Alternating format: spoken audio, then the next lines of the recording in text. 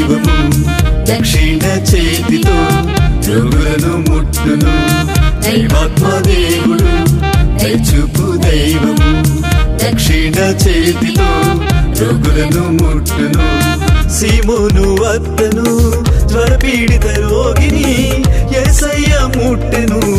జ్వరమెగిరిపోయెను సీమోను అత్తను జ్వరపీడిత రోగిని యేసయ్య ముట్టెను జ్వరమెగిరిపోయెను అంతటా వెంటనే ఆమె ఆనందముతో ఉపచారము చేసెను ఉదార మనస్సుతో అంతటా వెంటనే ఆమె ఆనందముతో ఉపచారము చేసెను ఉదార మనస్సుతో దైవాత్మ దేవుడు దయచూపు దైవము